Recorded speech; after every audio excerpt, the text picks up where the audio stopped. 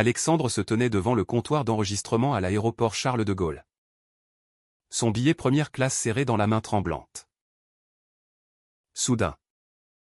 Le steward, un homme d'une quarantaine d'années au regard froid, arracha le document et le déchira en deux avec un sourire narquois. Murmurant, « On n'accepte pas les gens comme toi ici. » Alexandre, figé par le choc, sentit son monde s'effondrer tandis que les passagers autour le dévisageaient. Et Julien, son compagnon, bondit pour protester, déclenchant une altercation qui allait changer à jamais le cours de leur vie. Alexandre avait toujours su que son orientation sexuelle était un fardeau invisible.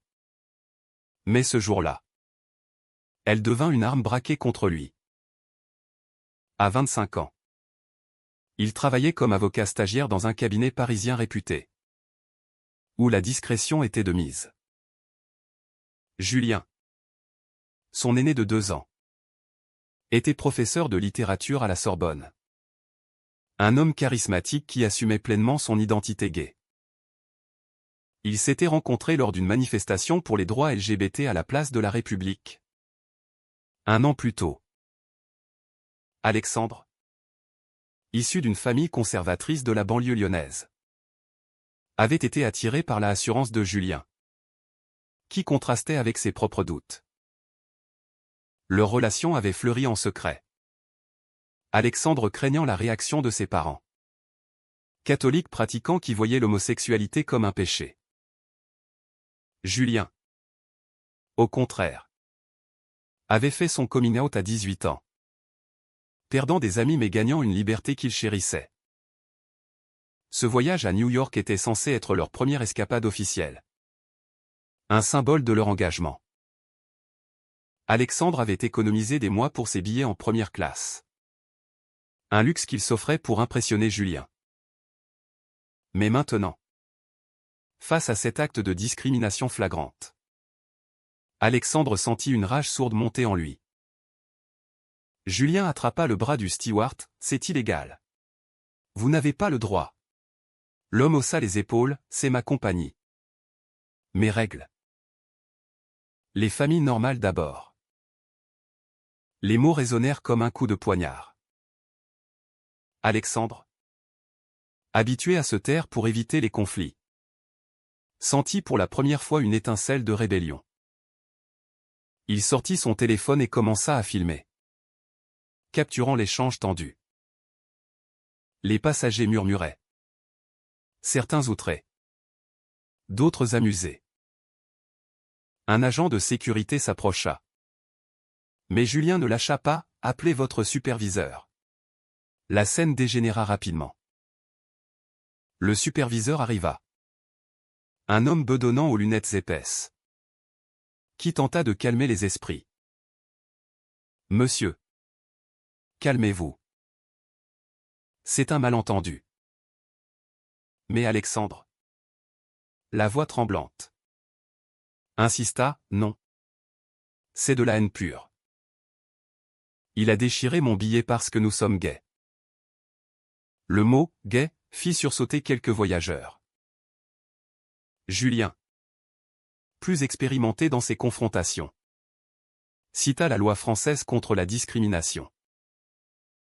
Le superviseur, embarrassé, promit une enquête, mais refusa de les laisser embarquer sans nouveau billet. Alexandre sentit les larmes monter. Non de tristesse, mais de frustration. Comment en était-on arrivé là? En 2026. Dans un pays comme la France? Ils passèrent la nuit dans un hôtel près de l'aéroport. Julien fulminant contre l'injustice. Alexandre replié sur lui-même. On va porter plainte. Alex. On ne peut pas laisser passer ça. Alexandre hocha la tête. Mais intérieurement, il doutait. Sa famille l'apprendrait. Et avec elle, le jugement. Le lendemain, Julien posta la vidéo sur les réseaux sociaux, taguant la compagnie aérienne. Elle devint virale en quelques heures, déclenchant un tollé. Des associations LGBT comme SOS Homophobie les contactèrent, offrant un soutien juridique. Alexandre, terrifié par l'exposition, accepta pourtant. C'était le début d'une bataille qu'il n'avait pas choisie. À Paris. De retour chez eux dans un petit appartement du Marais, Alexandre reçut un appel de sa mère. « Qu'est-ce que c'est que cette histoire à l'aéroport? Ton père est furieux. » Elle n'avait pas vu la vidéo, mais des cousins l'avaient alerté. Alexandre balbutia, « Maman. C'est compliqué. » Elle l'interrompit, « Compliqué? Tu es avec un homme? Depuis quand? » Le silence qui suivit fut assourdissant. Alexandre raccrocha, le cœur battant. Julien le serra dans ses bras, « Tu n'es plus seul maintenant. » Mais Alexandre se demanda si cette visibilité valait la perte potentielle de sa famille. Les jours suivants furent un tourbillon. La compagnie aérienne s'excusa publiquement, offrant des compensations. Mais Alexandre et Julien refusèrent. Ils intentèrent un procès, soutenu par des avocats pro bono.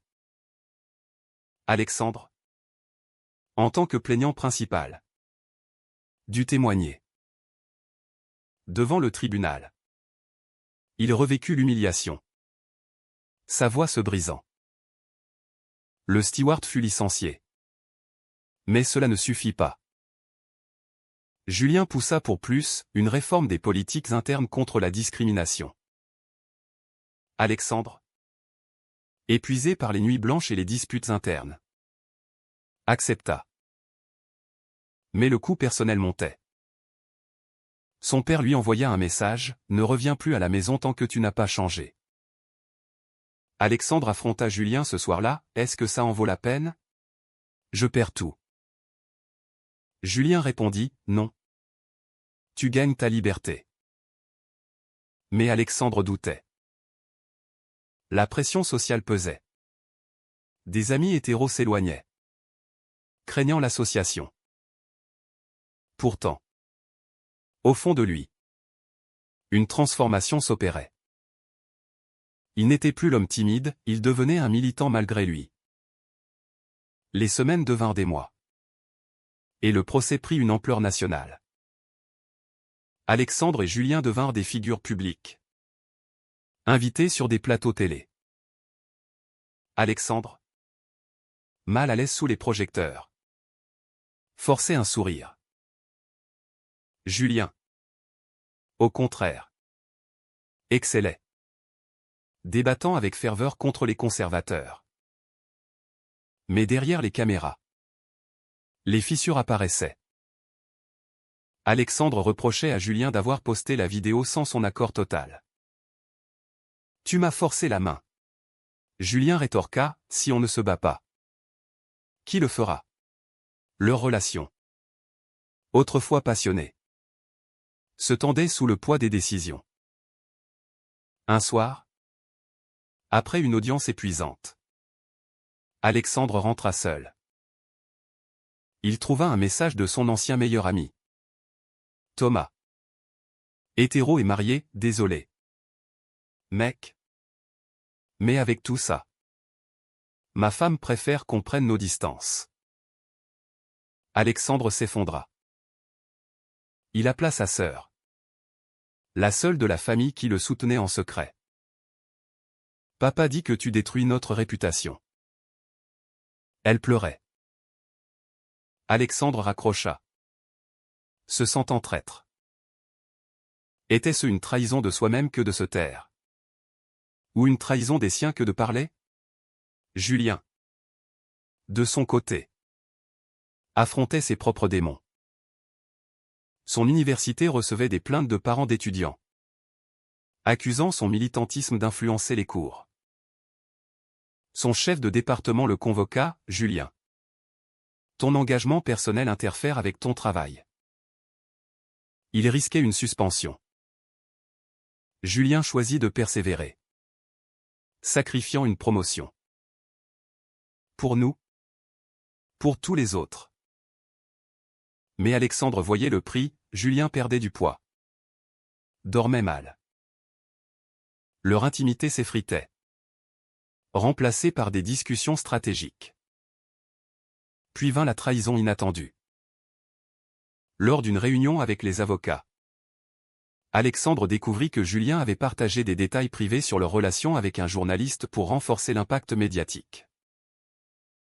C'était nécessaire pour humaniser l'histoire, s'exclama Julien. Alexandre explosa, nécessaire? Tu as vendu notre vie. Il quitta l'appartement. Errant dans les rues de Paris sous la pluie. Il se réfugia chez un collègue. Réfléchissant à tout. Était-ce l'amour qui les unissait? Ou maintenant une cause commune? Le lendemain, Alexandre confronta sa famille. Il se rendit à Lyon. Frappant à la porte parentale. Sa mère ouvrit. Les yeux rougis. Entre. Mais ton père ne veut pas te voir. Alexandre insista. Entrant dans le salon où son père lisait le journal. Papa. Écoute-moi. L'homme leva les yeux, écoutez quoi? Ton choix immoral?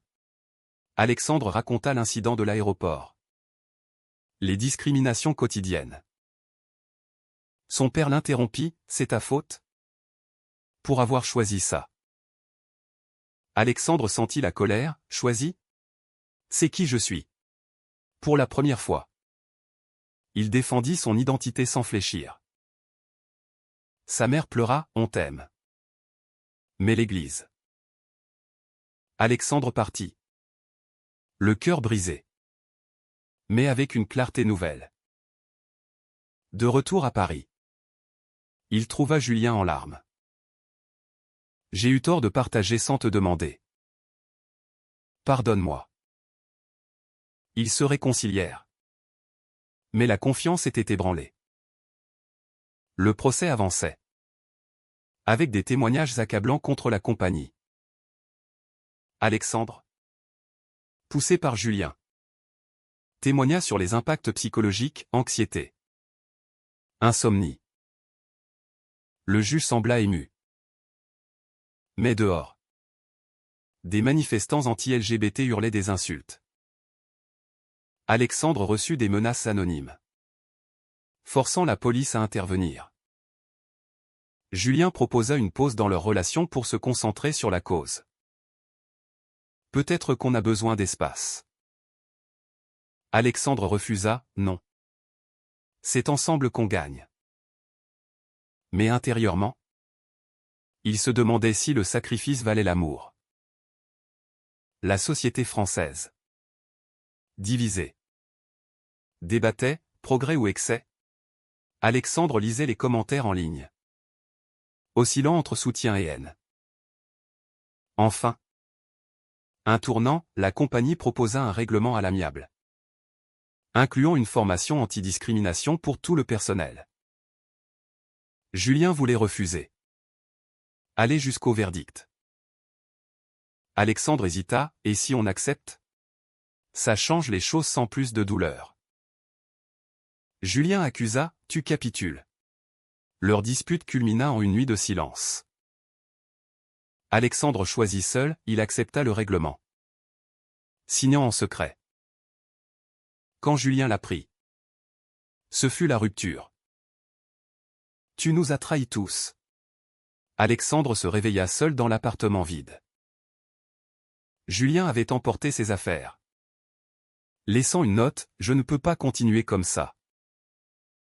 Bonne chance. Le choc fut plus violent que l'incident de l'aéroport. Alexandre avait sacrifié leur relation pour mettre fin au tourment, pensant que c'était la décision rationnelle. Mais maintenant, le vide l'engloutissait. Il appela Julien. En vain. Les messages restaient sans réponse. Au travail, Alexandre se concentra sur son dossier. Mais ses collègues murmuraient.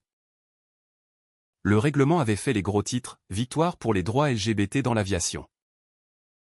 Mais pour Alexandre, c'était une défaite personnelle. Il avait gagné une réforme où toutes les compagnies françaises adoptaient désormais des protocoles stricts contre la discrimination mais perdu l'homme qu'il aimait. Était-ce le prix de la justice? Sa sœur l'appela, « Papa veut te parler ». Alexandre se rendit à Lyon à nouveau. Son père, assis à la table, murmura, « J'ai vu les nouvelles. Peut-être que j'ai été dur. » Alexandre attendit. L'Église enseigne l'amour. Mais je ne comprends pas. C'était un pas. Minuscule. Mais un pas. Alexandre raconta ses doutes. Les choix déchirants. Sa mère ajouta, « On prie pour toi. » Il repartit avec un espoir fragile. Mais la famille restait fracturée. Julien, de son côté, s'était réfugié chez des amis militants. Il lança une pétition pour une loi nationale plus stricte, canalisant sa douleur en action. Mais la nuit, il regrettait. Avait-il poussé Alexandre trop loin? Une amie lui dit, « L'amour n'est pas une cause, c'est une personne. » Julien l'ignora. Mais les mots le hantaient. Alexandre tenta de reconstruire. Il rejoignit un groupe de soutien LGBT, partageant son histoire. Là, il rencontra d'autres victimes de discrimination, réalisant qu'il n'était pas seul. Mais chaque soir, il repensait à Julien. Un mois plus tard, il le croisa lors d'une manifestation. Leurs regards se croisèrent, chargés d'émotion.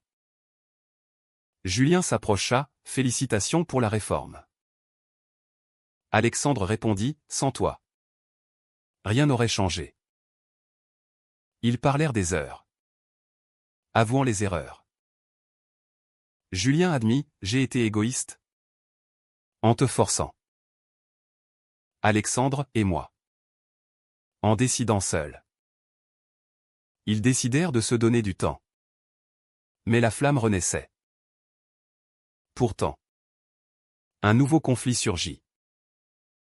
La compagnie aérienne, malgré le règlement, licencia discrètement d'autres employés soupçonnés d'homophobie, déclenchant un backlash conservateur. Des politiciens d'extrême droite accusèrent Alexandre et Julien d'avoir créé un climat de peur. Alexandre reçut des appels menaçants, forçant une protection policière. Julien, furieux, organisa une contre-manifestation. Alexandre le rejoignit, malgré la peur. Lors de l'événement, une altercation éclata. Un manifestant anti-LGBT s'approcha d'Alexandre, crachant des insultes. Julien intervint, poussant l'homme. La police arrêta Julien pour agression. Alexandre, paniqué, courut au commissariat. Lâchez-le. C'était de la légitime défense. Julien fut relâché avec une amende. Mais l'incident marqua Alexandre. Tu risques tout pour moi. Julien, pour nous. Leur réconciliation fut lente, marquée par des thérapies de couple. Alexandre affronta ses démons intérieurs, la culpabilité envers sa famille, la peur du rejet social. Julien apprit à tempérer son militantisme. Mais la société n'oubliait pas. Des articles les dépeignaient comme héros ou manipulateurs. Alexandre perdit un client au cabinet, prétextant un conflit d'intérêts. Le prix de la visibilité était élevé. Enfin, une invitation à une conférence internationale sur les droits LGBT. Alexandre hésita.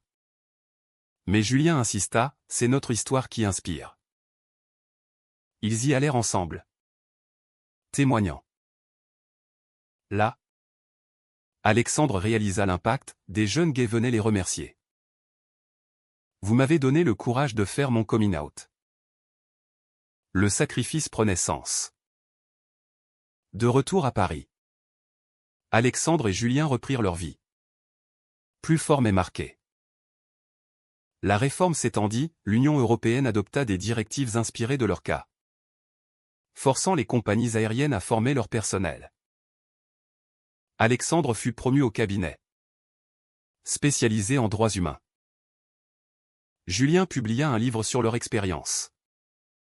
Un best-seller. Mais les cicatrices restaient. Alexandre visita sa famille plus souvent, son père, lentement, acceptait des discussions. Je ne comprends pas tout. Mais tu es mon fils. Pourtant, des doutes persistaient. Un soir, Alexandre confia, et si on avait juste accepté l'excuse initiale? On serait ensemble sans tout ce chaos. Julien répondit, mais sans changement. Le monde a besoin de combat. Leur relation évolua. Plus mature, consciente des fragilités. Ils affrontèrent de nouvelles pressions, des amis jaloux de leur notoriété. Des médias intrusifs. Alexandre choisit de limiter l'exposition. Julien accepta. Un an après l'incident, ils se marièrent en petit comité, aux mairies du Marais. Sa sœur était là. Ses parents absents mais envoyant un message, félicitations. C'était un progrès. Julien murmura à l'oreille d'Alexandre, on a payé cher. Mais regarde ce qu'on a construit. Alexandre sourit. Mais intérieurement, il pesait les pertes, amitié brisée. Confiance érodée. Nuit d'angoisse. La société française continuait à débattre. Des lois anti-discrimination renforcées passèrent. Mais avec des oppositions farouches. Alexandre et Julien devinrent des symboles. Invités à des débats. Lors d'un, Alexandre affronta un politicien conservateur, vous parlez de morale. Mais où est la vôtre quand on discrimine? L'échange fut tendu, révélant les divisions profondes. Julien, un jour, reçut une offre d'emploi à l'étranger. En tant que conférencier. C'est une opportunité. Mais je ne pars pas sans toi. Alexandre hésita, quitter Paris signifiait abandonner sa famille en reconstruction. Il choisit de rester, forçant Julien à refuser. Notre vie est ici. Julien accepta. Mais avec regret. Était-ce un nouveau sacrifice? Les années passèrent. Leur histoire inspira un film. Alexandre visionna le scénario, revivant les douleurs. Il corrigea, montrait le coup réel. Pas juste la victoire. Le film sortit, acclamé, mais déclenchant des controverses. Des groupes extrémistes les menacèrent à nouveau. Alexandre, fatigué, proposa, peut-être qu'on arrête les médias. Julien, non. On continue.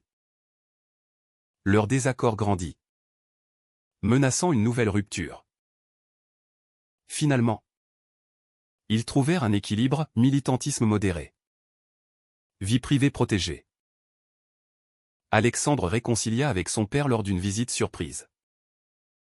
Je suis fier de toi. Pour ton courage. Les larmes coulèrent. Julien, témoin, serra la main d'Alexandre.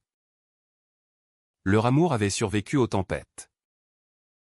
Mais au fond, Alexandre se demandait toujours si les choix étaient justes. Les dommages collatéraux, amitié perdue. Famille blessée. Relations ébranlées, valait-il le progrès sociétal?